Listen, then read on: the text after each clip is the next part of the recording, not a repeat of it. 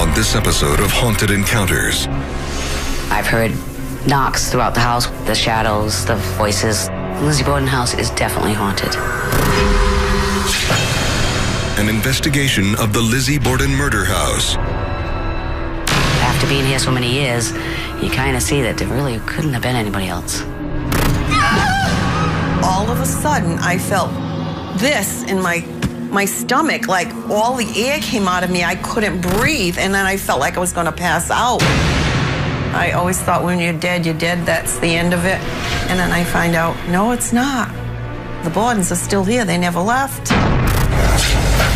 Tonight, the investigation team known as the Paranormal Syndicate, including lead investigator Daniel, case manager Jordan, technical specialist Helmi, renowned psychic Chelsea, and special canine investigator Captain will search for evidence of paranormal activity. There's been some pretty compelling evidence to come out of this house. If something's happening, we're gonna catch it. There's a handprint in that. I piss something off and I don't want to be left alone. Oh my God, oh my God. And also, a terrifying trip to a haunted theater. I was sitting in the theater by myself, and I felt a hand running across my neck. There was a stronger presence there. You could feel something wasn't right. Who was that? Who was the person shooting? Is someone there? We want to identify every nook and cranny, every closet, and every piece of this structure that could possibly hold results for us. Did you hear that?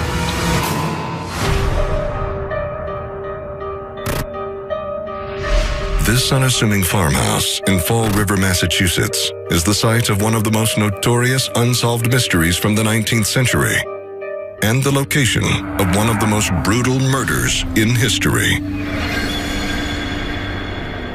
On August 4th, 1892, Abby Durfee Gray and her husband Andrew Borden are found dead in their home, each of their skulls mutilated by a hatchet.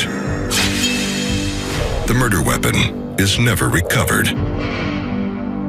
Lizzie Borden, Andrew's 32-year-old daughter, discovers the bodies and is considered a suspect early in the investigation. She is arrested and tried for murder, but is eventually acquitted. Many still believe she is the killer.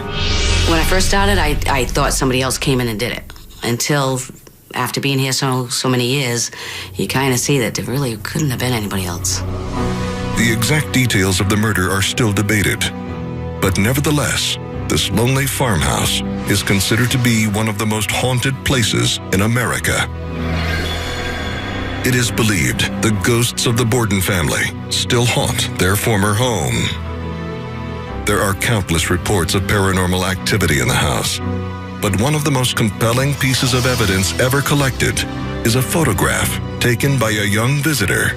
I took a picture about 2 years ago of a ghost. I pointed the camera up to the parents' bedroom and I took a few pictures, and that was the only one that came up. Many claim the apparition resembles Abby Durfee Gray, looming by the window back in 1892.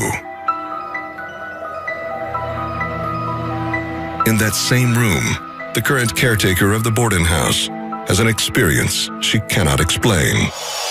I met a gentleman. He said, I've never gotten to see the inside of the house. So I said, I'll give you a walkthrough if you'd like.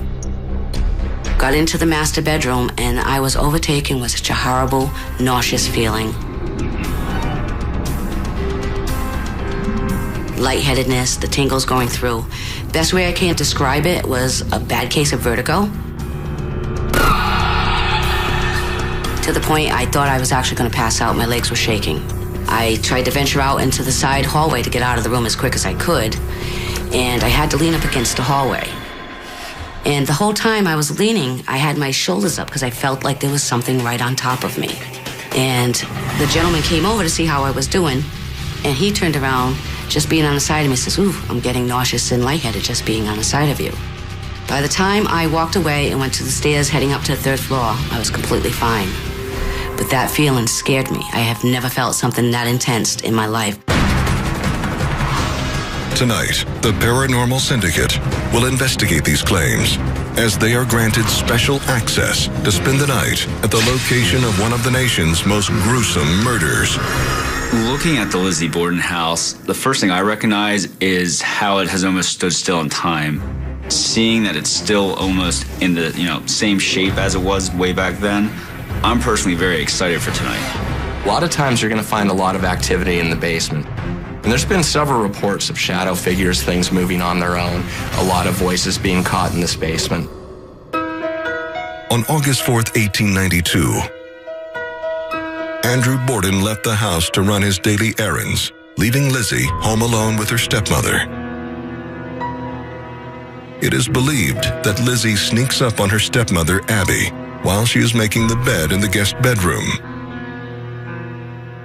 Lizzie approaches her, concealing a small hatchet behind her back.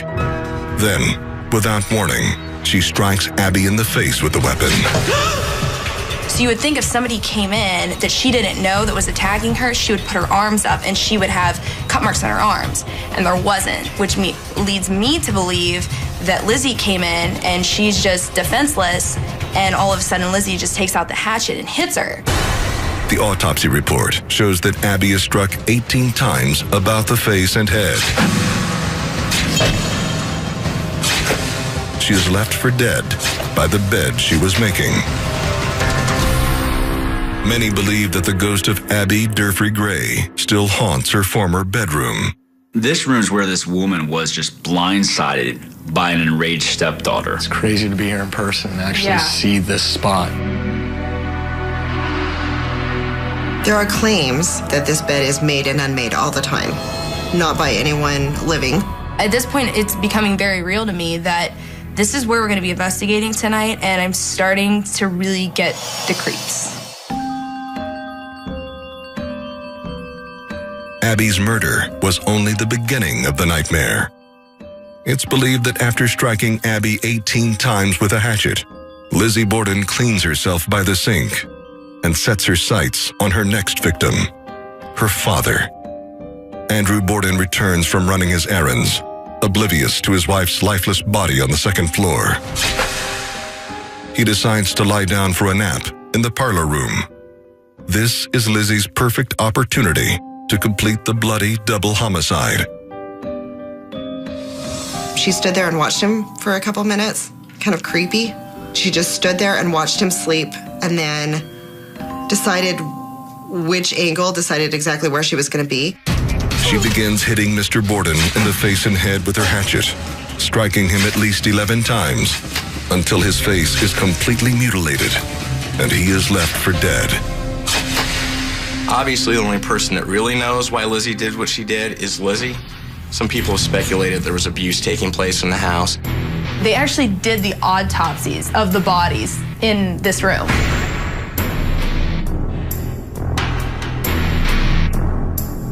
The team proceeds to Abby and Andrew Borden's master bedroom suite, where caretaker Eleanor Tebow has a frightening paranormal encounter.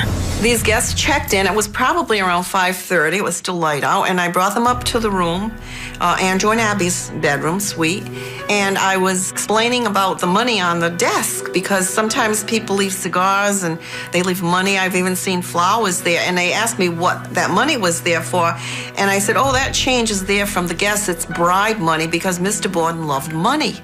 All of a sudden, I felt this in my stomach, like all the air came out of me. I couldn't breathe, and then I felt like I was going to pass out.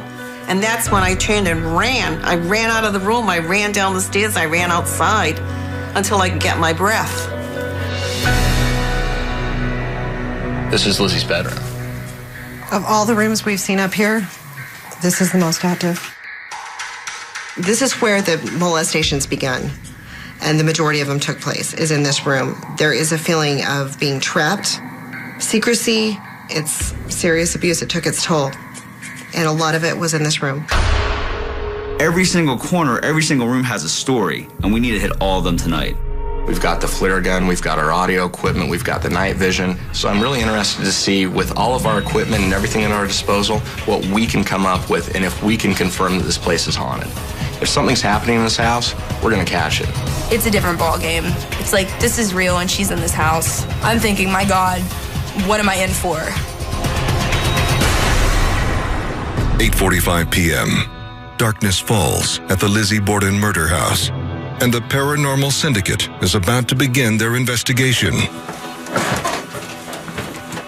They begin in the basement, where numerous people have witnessed strange shadow figures and phantom voices. Guys, this basement honestly didn't freak me out too much, like during the day, but right now it's like, it's taken on like a whole different feeling down here. This isn't the basement we were standing in earlier. You guys. What? Is anyone upstairs? No. I just heard footsteps. What? I thought that was you. No. We got footsteps over here, guys. Oh my God. First floor. It sounded like boots. I thought you had stepped on a board or something like that. Like, it was loud enough I thought stuff would be falling through the floorboards on my hair.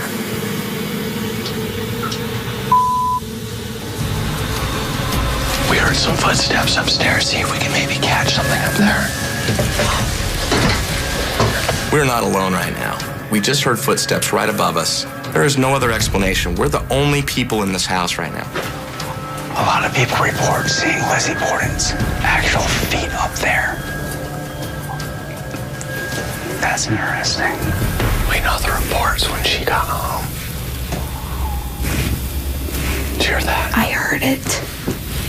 Well, I think that's our cue. Okay, let's go upstairs.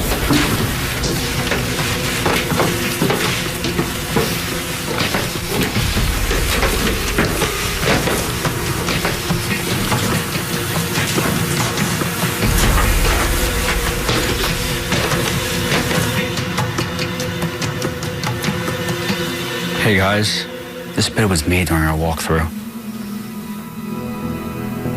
This bed was Made during our walkthrough.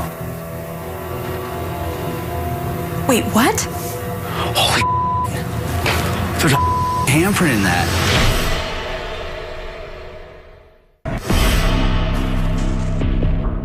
On August 4th, 1892, Abby Durfee Gray and her husband, Andrew Borden, are found dead in their home, each of their skulls mutilated by a hatchet.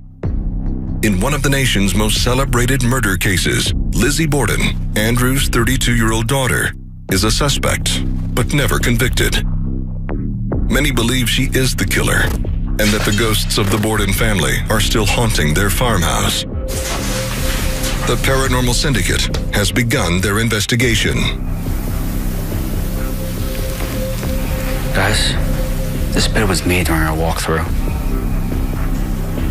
This bed was Made during our walkthrough.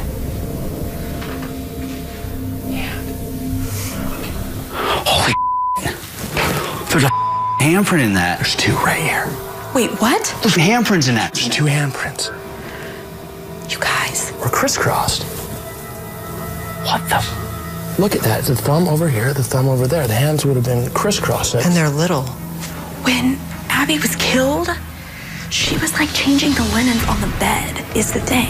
Is somebody recording it? Yeah, I got it. You have to document these things. I'm excited, but I have to keep composure because we need the evidence. All right, guys, let's get out of here. 12:02 a.m. The team believes the disturbance to the bed sheets is evidence of paranormal activity. Now, Jordan will attempt to communicate with the spirit of Abby, a woman who was the victim of a brutal hatchet murder in this very room. I am so nervous to be alone up here. With everything that was going on, I'm like, what am I in for? I'm bringing the millimeter and Pandora with me for my quarantine. So I'm gonna set the millimeter up in this vicinity and just let me show you what it does. If anything comes in contact with it, it's gonna go off. I am so nervous to be alone up here. I can tell there's something a little bit darker here, but I'm hoping to find out from Abby who killed her. Okay. All right, for this room, for my quarantine, I'm gonna roll live on Pandora. Let's go ahead and get started. When we use Pandora, it's really simple. When we hit record on it, there's a red light at the top that will blink, it'll pulse. You know you're catching a voice. I just want to let you know that I'm not here to disrespect you or disrespect what happened. I want to tell your story through Pandora's box. It's that red light over there on your dresser. You can tell the world what happened. All I need you to do is just talk. Who killed you?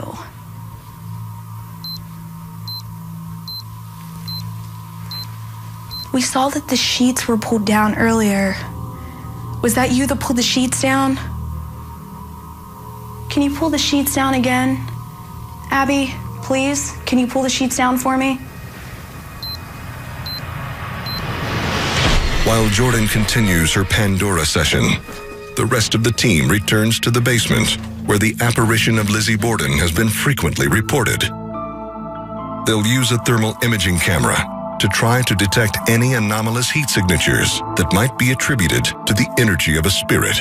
In the basement, I'm drawn into this laundry area, and it feels like somebody's watching. So we're gonna go ahead and run the flare gun. Just as a reminder, this records in temperature and not video.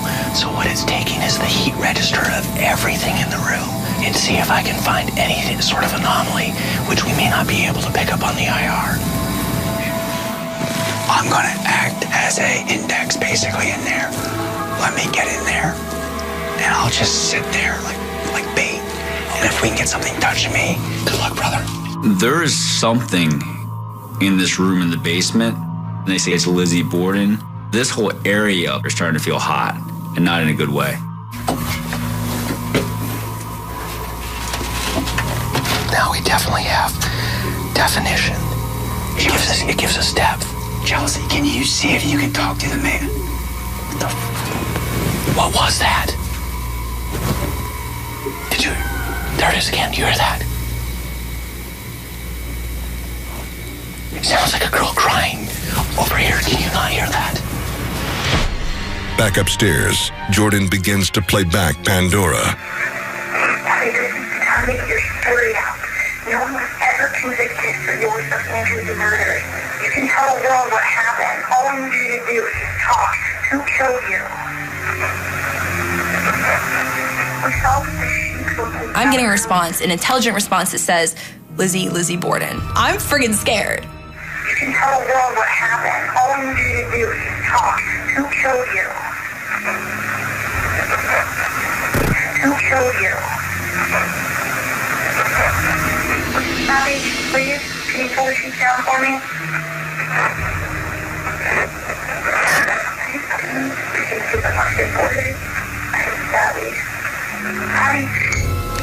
There is something yelling on here. I don't know if it's Abby, who it is, but it sounds like they're kind of pissed. I was already scared enough being up here alone, having to talk to these people. Now that there's confirmation someone's yelling at me, my adrenaline is going, I'm sweating.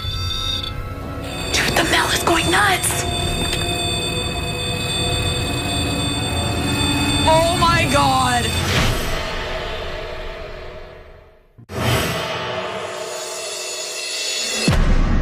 The Paranormal Syndicate is investigating one of the most haunted houses in America, the Borden home. The team has split up to gather as much evidence as possible. Daniel, Chelsea, and Helmy are in the basement. Chelsea, can you see if you can talk to the man? What are you guarding down here? While Jordan is quarantined upstairs. Dude, the Mel is going nuts. Holy. Hey, guys. Oh my God. Yes. Oh my God. Oh my God. What's going on? I've got cold chills all over my body. The Mel meter is going nuts, and it's in the middle of the floor. Dude, it's going nuts. Who wants my attention in here? I'm bringing Pandora. Get ready. Here in the seat, rolling on Pandora. I hear there's some dark rumors about the Borden family. Rumors of molestation, rumors of incest. talk right into that red light. Whatever you're trying to get my attention for, this is your moment. Now that Jordan has finished recording, she's going to play back Pandora in hopes to further document the paranormal activity in the Borden house. Are you pretty fucking kid?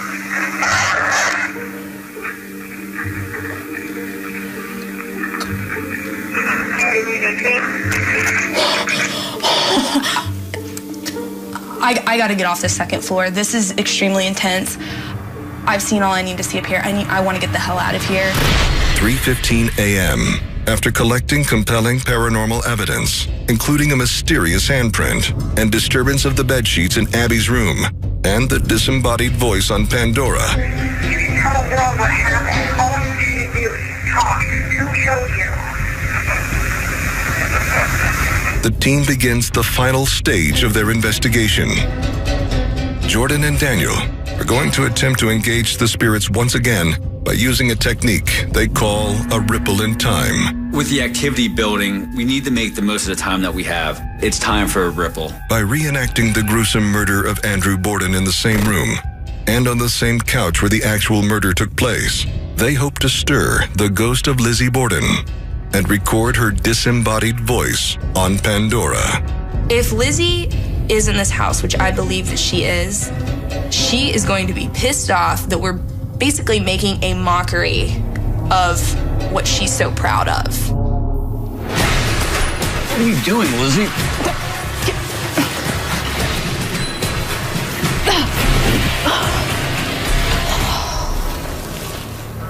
What were you trying to do to me?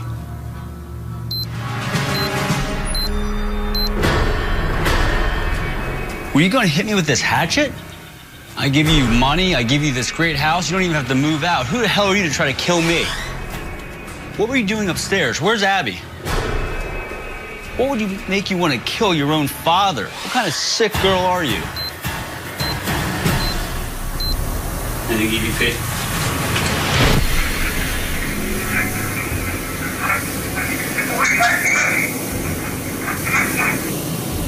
My mind is racing a mile a minute. Lizzie Borden just called herself out to me. She has acknowledged the word hatchet. Clear.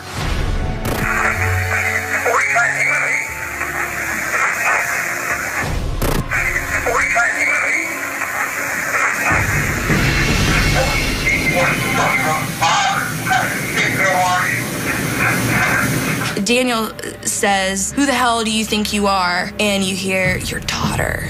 That right there confirms to me Lizzie Borden 100% is in this house.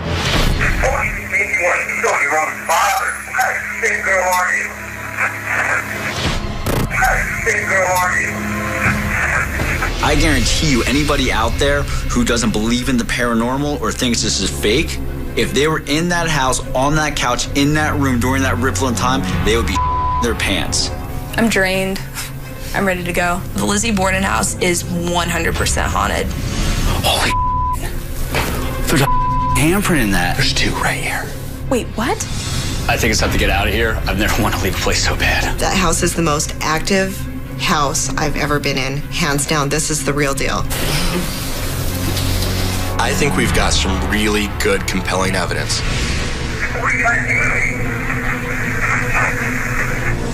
Who killed you?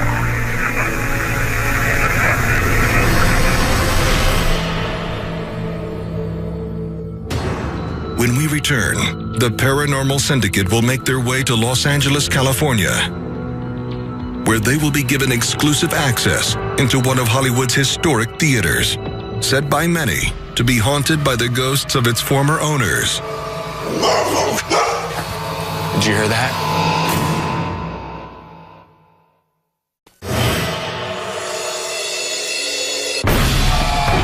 The Paranormal Syndicate has made their way to Los Angeles. With them is K9 investigator Captain, specially trained to sniff out electromagnetic anomalies humans can't detect.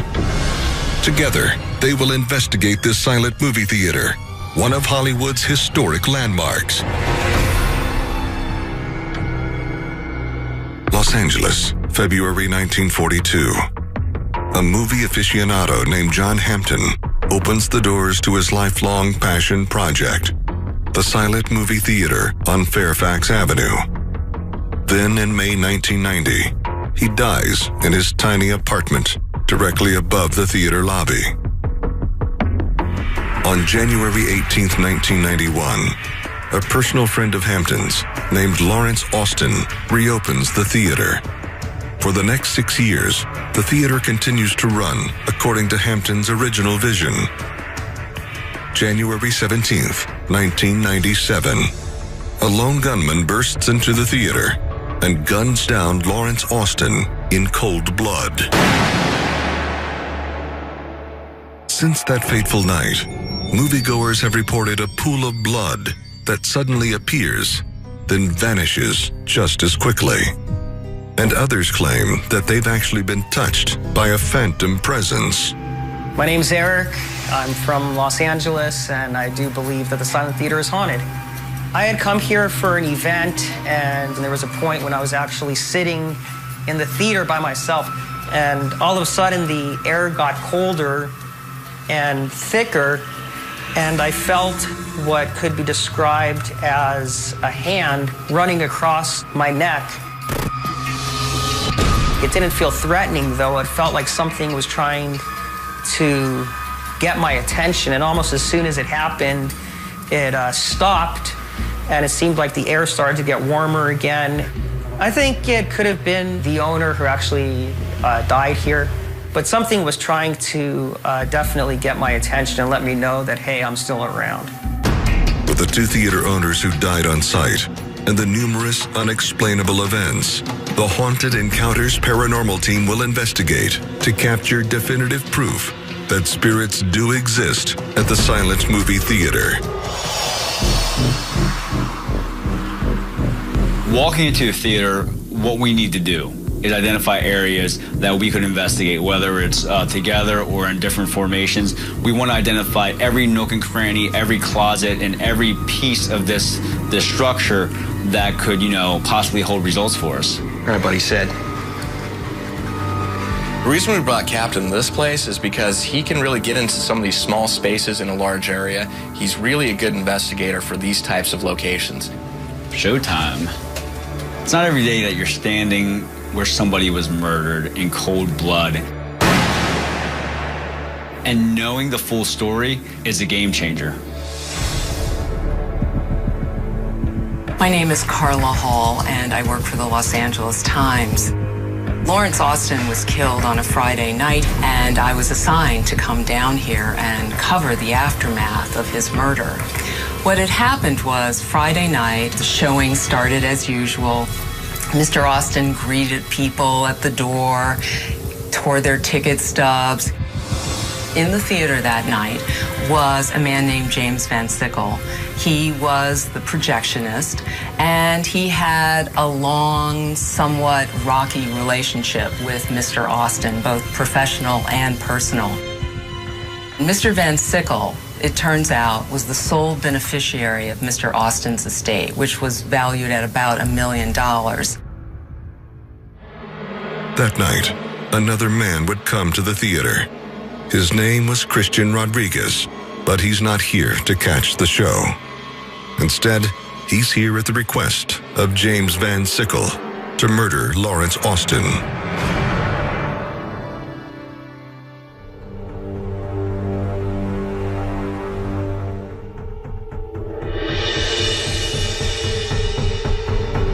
Mr. Rodriguez approaches a cashier and asks to buy advance tickets for a future show. The concession clerk says he must speak with the theater owner, Lawrence Austin, and in doing so, unknowingly identifies the killer's target.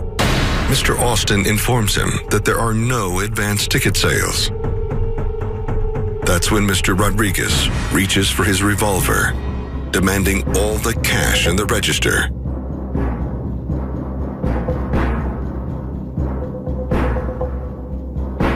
Mr. Austin complies with his robber's demands, and in return, is shot in the head at point-blank range.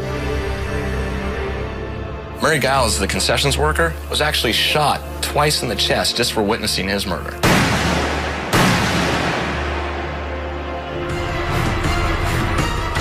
Are the ghosts of the silent movie theater's former owners still roaming the aisles? Tonight, the silent movie theater has closed its doors for business, while the Haunted Encounters team conducts an investigation into the paranormal events that have been reported here. Witnesses have claimed to hear phantom noises in the projection booth. Some have seen the apparition of John Hampton in the film vault. And many have heard ghostly screams in the theater and concession stand. Under the cover of darkness, the team will attempt to capture hard evidence to validate these claims and determine if the silent movie theater is haunted. Okay. Dan, you want to set us up? Yeah, let's, here's what I'm thinking. Helmy and I can take the captain in there, do a sweep of the main area and those little places that we couldn't get ours before. While we're doing that, Chelsea, Jordan, what do you girls think about going up to the projection room and holding a live Pandora session? Yeah, absolutely. Sounds good. All right, so we're all synced up, ready to go? Awesome. Let's get it done. All right. Okay, we're gonna have the captain do a sweep. There's some reports from a gentleman that sat in this theater that really felt like something had touched him up on the 4th row. Also, you know, other than the reported sightings back in the day, actors like Charlie Chaplin used to actually sit in the back and gauge the audience's reaction to their films. Right. I think with the cath, we might be able to find many different layers of time in here. Absolutely. Captain, you ready? Go do a sweep. The silent theater is perfect for the captain. It's so hard to cover something like a movie theater. You've got all that space and all those seats. You can spend half your day just doing baseline readings. He has all of our equipment wrapped up in the one furry little investigator. Now, if he finds something, what's he gonna do? I have trained him to basically smell an electromagnetic field and identify it, just as a drug or bomb-sniffing dog would identify it to their handler. By doing that, that can indicate some kind of activity or manifesting spirit. If he picks up on something, what he's going to do is he's going to paw at it and alert by looking back and then looking at wherever the field is generated. So that's what we need to be looking for.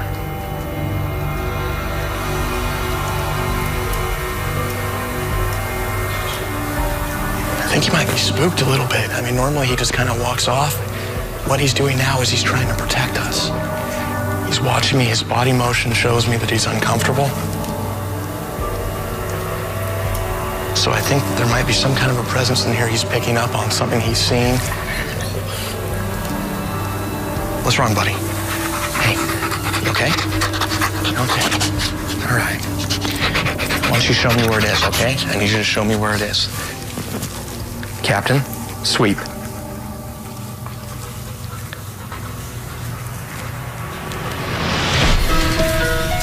Chelsea and I are walking back to the very deepest part of the projection booth. We're going all the way to the back. That's where she said John, the original owner, hangs out a lot, and he's still projecting those old films.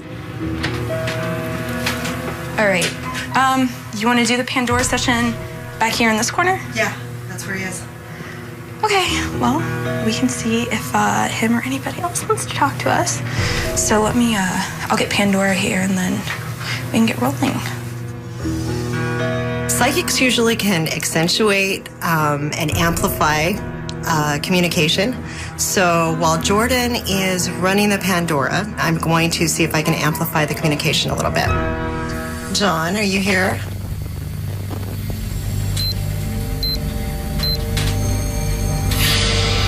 Can you say hello to everybody?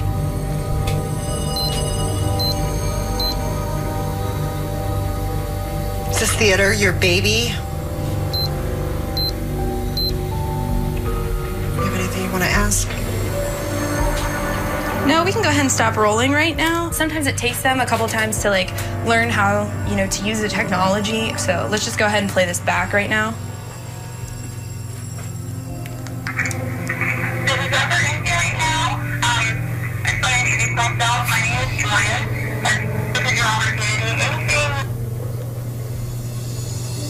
What? It just like stopped recording. I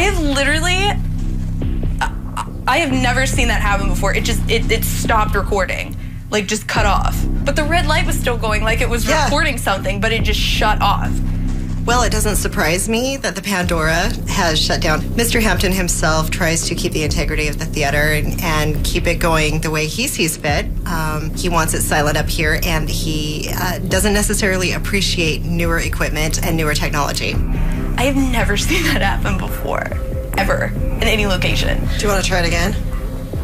All right, let's we'll go ahead and roll on a second EVP and see what's going on here. It is pitch black in here, and that shows how much a dog can see. I can't, like, we need to have our IR lights. Like, he's just walking around like he owns the place. Yeah, dogs' eyes can take in about twice as much light as ours can. So that gives them superior low light visibility and also gives them the luxury of seeing things moving without the luxury of infrared lighting, fancy cameras, and all that. It's just a built-in benefit. You know, it's kind of funny if you think about it. We're in here, you're used to watching a movie, being in a movie theater. I've never been in one that's pitch black. It's like a whole different kind of atmosphere. It really is. I kind of want the movie to turn on. Cappy sweep.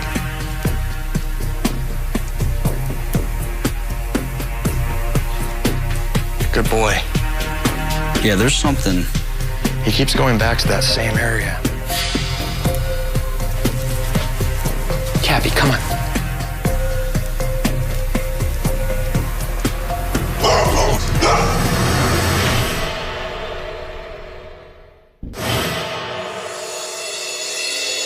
The nighttime investigation of the silent movie theater is underway, and the Paranormal Syndicate is in the midst of conducting a sweep with their K9 investigator, Captain. They are attempting to capture paranormal activity that has been reported to take place in the aisles of the theater. Meanwhile, Jordan and Team Psychic Chelsea are attempting a Pandora EVP session in the projection room, where it is believed that the spirit of the theater's first owner, John Hampton, still resides. Cappy sweep.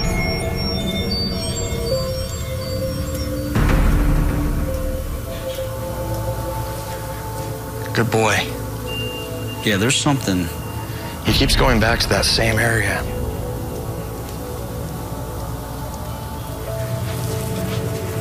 Cappy, come on.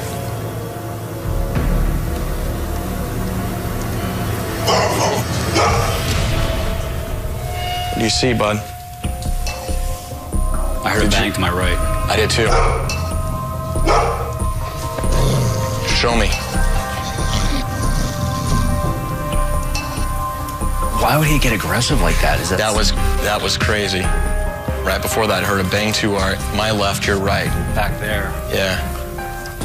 Now that Captain has alerted the team of electromagnetic anomalies in the theater, the team decides to institute a new strategy in an attempt to make contact with the slain theater owner, Lawrence Austin. The captain's onto something. So actually, I think it's a great time. If the energy's already there and already freaking out the dog, let's get to the ripple right now to see if we can make contact with Lawrence Austin. What we're going to do is we're going to reenact the actual murder. By reenacting a moment from the past, the team will stir up the spirits and provoke them to respond on their Pandora voice recorder. It really creates, I think, the ultimate, vortex for paranormal activity. Jordan will be playing Mary Giles at the counter. Helmy's going to be Lawrence Austin himself, but I'm going to play the role as Christian Rodriguez. With what we're doing, it's so much more than just putting on a baseball cap or a uniform.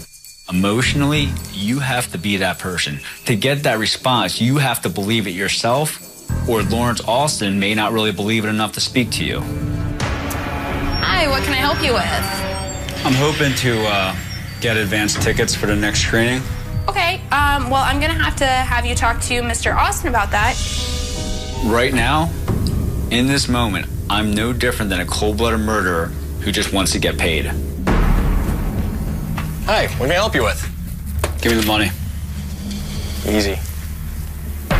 There. I am really feeling scared.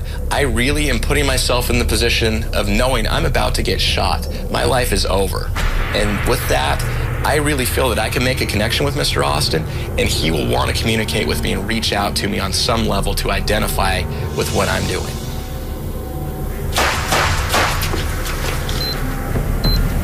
Oh my God.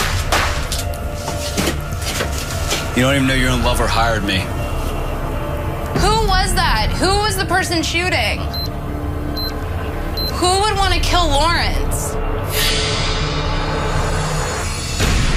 After the team finishes The Ripple in Time, they decide to head into the theater to play back Pandora for any evidence they may have captured.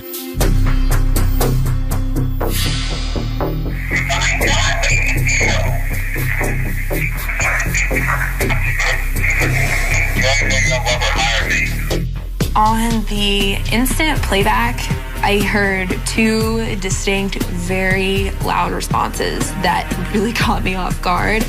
Right after Daniel put out the gun and shot Helmy those couple times, we caught a voice that I believe that says, "Get back."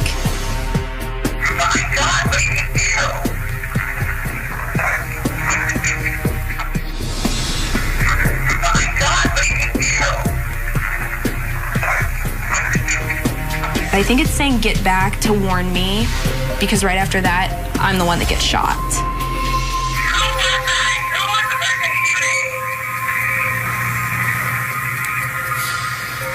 Did I just hear when Jordan asked, like, who shot you? Did he just say Daniel?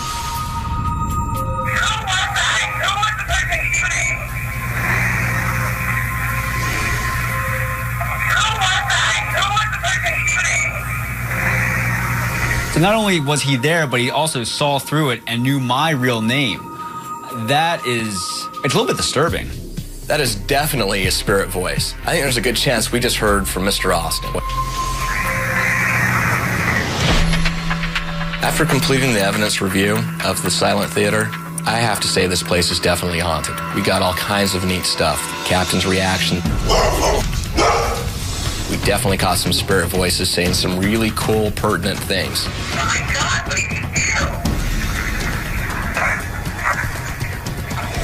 What we just got from being here, in my mind, confirms that there's spirits in this place. Lawrence Austin, I have no doubt in my mind that he's here. And I guess now he knows my name.